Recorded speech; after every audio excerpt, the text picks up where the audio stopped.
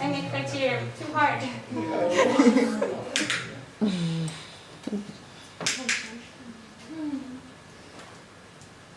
Now if I noticed that Bouncy started getting stressed, I wouldn't keep pushing, you know, but if the dog is perfectly fine, why not?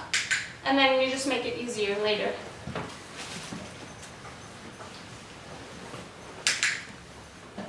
Oh, very good. Very good job. Yeah. Okay. You're free. That's smart.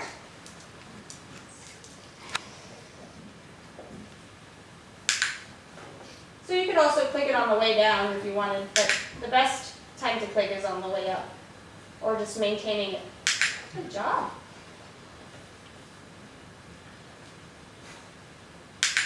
Oh, I clicked a nose touch too. But whatever, I'm just not going to do that again. That's very good. You can do it with the other. Can you do wipe the face with the left paw? No, I've only done it with the... Okay, so... No, it's only with the left paw. Yes, it's with the left paw. Yeah. Okay, so I know that his muscles on the left shoulder are better, so I'm going to do the left side now. You can see the difference. She does Spanish walk, and on the left side it's always a little bit like... It's not very... Yeah. When it, I can't understand her if she does that, so it's got a... So this exercise might help you with that. Yeah. Where you're teaching her just to raise the paw, and maybe you could have the paw in between her face and yours, or hold it way out to the side so she's not going near her face. Yeah. Great. Okay, you can also teach it unless you want to break your dog's eardrums. Good job. So once your dog can hold their paw very reliably, then you can add the two together. But I wouldn't add the hop until your dog's muscles are really strong there, where you'll get, you know, that kind of behavior. Ready? Another way that I've taught, like prancing in place, is you can teach the dog to stand and offer their paws up, and then ask them to hop. So you can teach like a little hop like that, and then put that in between. So you could say wave, wave, and then you ask for the little hop. That thing. And in a stand, it's a little harder. But most dogs, if you just say, get it, get it, they'll do like a little hop for the treat, and you can teach a hop, and then put it on a jumping cue or a verbal cue. And then you can get, they're waving, they hop, and then you can ask them for the other paw and hop, and then it can turn into, or it could do side changes where they're changing sides. If you're interested in that type of stuff. I make it harder and harder. But.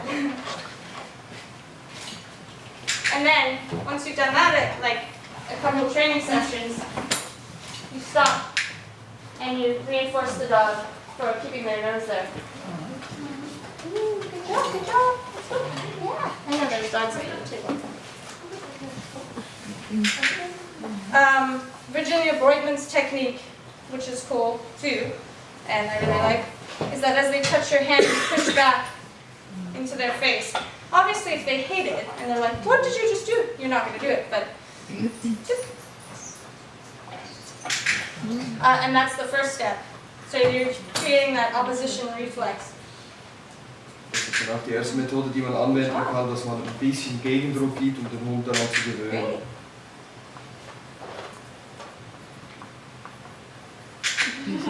And be careful, if you hold your hand too high up, you block off their breathing. You're so smart. You.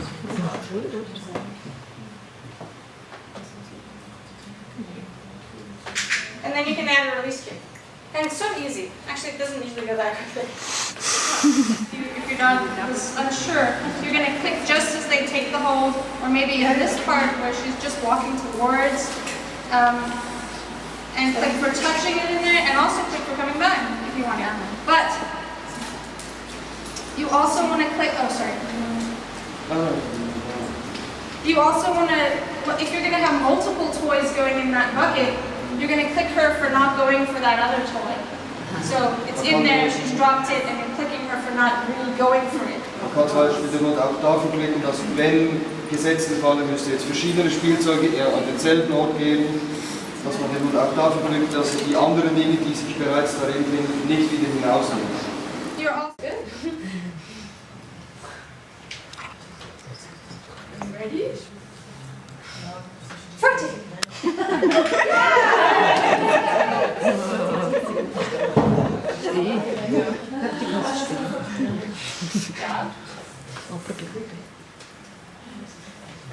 Sometimes maybe like if the dog's not thinking to get out, you can go ready, steady, fighting!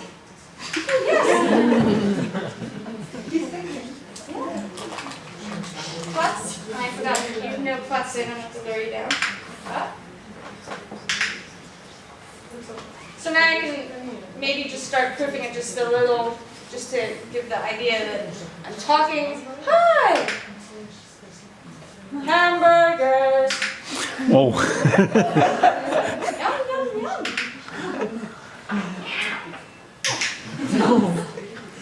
Good job. Yeah. And then just silence as well. Looking away from the dog. Now I'm going to try the cue, and I don't know if it will happen. Fertig!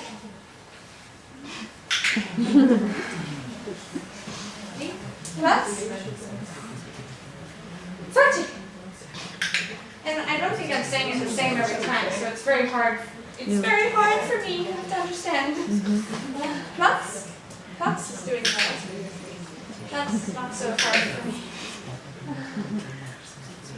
Fertig!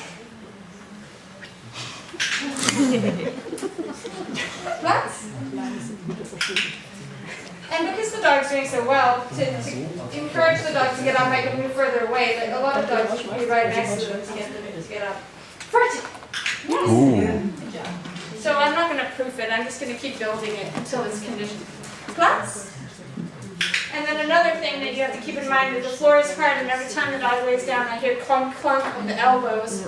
So you're not going to sit here and do this for 15 minutes unless you want your dog to hate laying down. You know? Fertig! Yeah! Good job! And we'll stop. So it seems like there's enough instructions over there. I could just pull back on the leash, and the moment that I'm clicking is when the dog gives in and comes in my direction. If the dog's not leaving you, you can add a distraction to move them away from. This is for emergency situations when your dog doesn't listen to you. You've said let's go, they're not coming, so you're going because you don't want your dog to bark, and something dangerous could come. Maybe they're in the road and they say, no, I'd like to sniff this ground and here comes a truck. You're moving. So I'm not jerking, it's gentle, even pressure.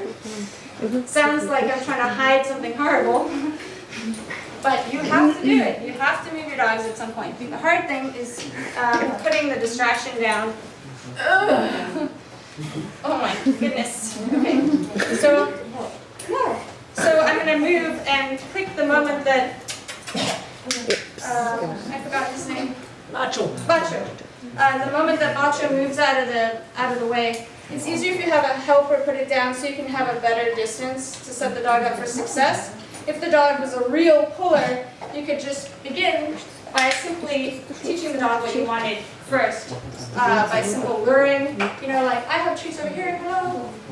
Rather than just it being a struggle of dog versus human strength. You might lose. Okay, hi. So I'm going to do some kissy noises and try and, I feel the pulling thing that you experience. Yes, good job.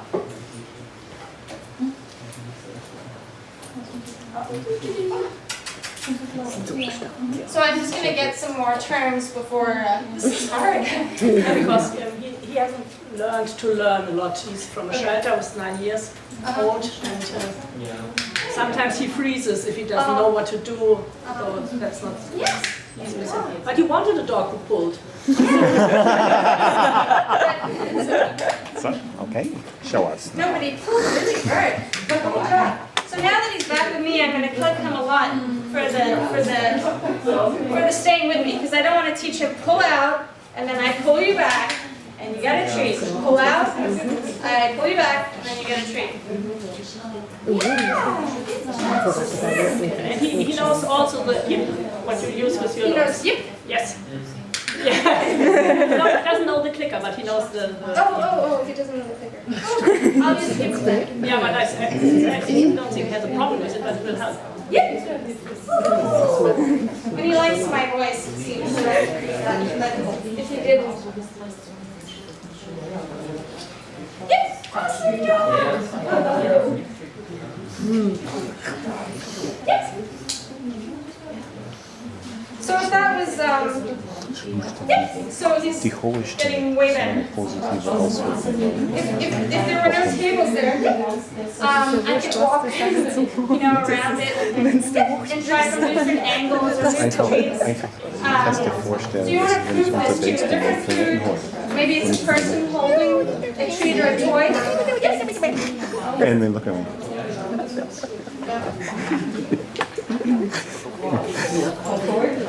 Hast du das Problem schon lange gehabt? And if you keep working on this, you should be able to, hold your finger on the leash and pull your dog away from you with very little pressure. Yep. Then it's going to okay, so you did really good. Yeah, you did. For leash walking, you can set up games for your clients if they say, my dog is great when he's walking on a loose leash and nothing is a distraction, but as soon as there's a person or other dog up ahead, he's pulling like a maniac. So you're like, well, here in this training session, let's put his bowl of food there and work on impulse control and proof these distractions for leash walking. So, So there's his bowl of food, and you could first work on getting into leash pressure. Now you put his bowl of food there, a toy, or his favorite person's waiting there, and you're walking towards it, and you're clicking for a loose leash as he gets towards the food. No clicking. Oh! He doesn't know it, he knows it. It's hard to remember. Yeah, I'm sorry. But He's the only one who hasn't the click, but because I needed it so much, I used the.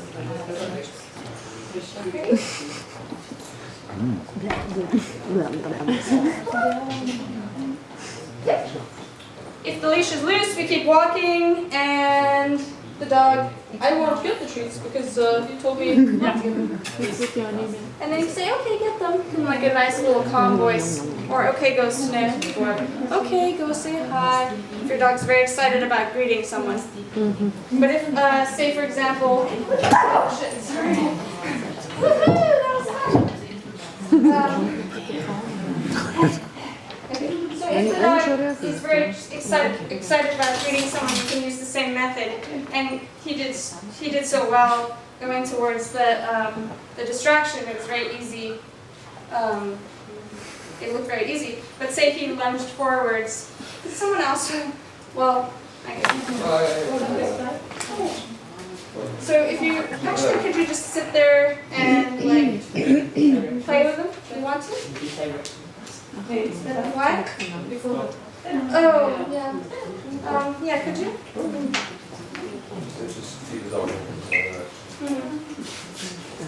So, just like fiddle with the treats over there. What? Oh, it is. But, obviously not call the dog. And as the dog walks forwards and it's on a loose leash, I can click and if they're there, I can reinforce there. But if the dog started to pull, maybe I'm just going to toss the treat in that direction. Now you're going to be perfect. Hi. Can you see? No. So if the leash was loose, you could walk. Oh, is there a leave it going on? I think he's doing a default leave it. Then they get the treat. He's a little fearful, and I think he thinks, oh, maybe it was something wrong, though I won't do it. I think it's from his former life, so not a problem. He gets the treats in the end, and he learns. I'm going to hand those treats. Oh, he has. Oh my goodness! Oh my goodness!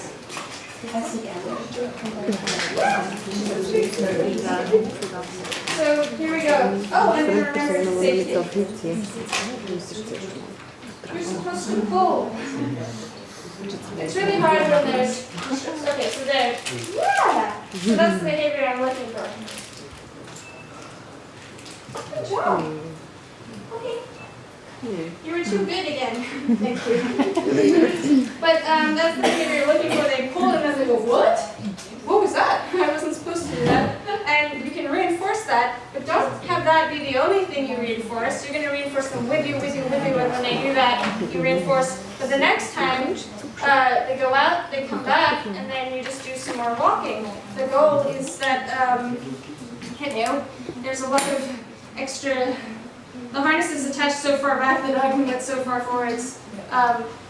The goal is that you're not going to be capturing the mistake. The goal is to capture what you want the most. But when you do get the mistake, the pulling and then come back, capture it a couple times, but the goal is, ooh, if that happens, yeah, good job, but then we're walking calmly together, or maybe you could reset.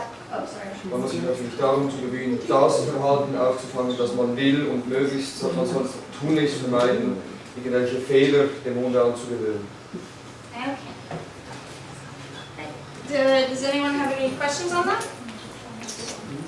Actually, I'm going to use him again for the next exercise. Anyone have questions? No? Well, actually, you can't ask me yet because I'm going to do another demo. Okay, so the next cue is let's go. Do you want to eat my... I'm not using the thing. Okay, so the next cue is let's go. So the first thing you get is just get a dog moving with you. So you're backing, when you're backing up, the dog's moving with you. Yep. Not luring the dog. You're not luring the dog. Your dog is just back, walking with you on a loose leash.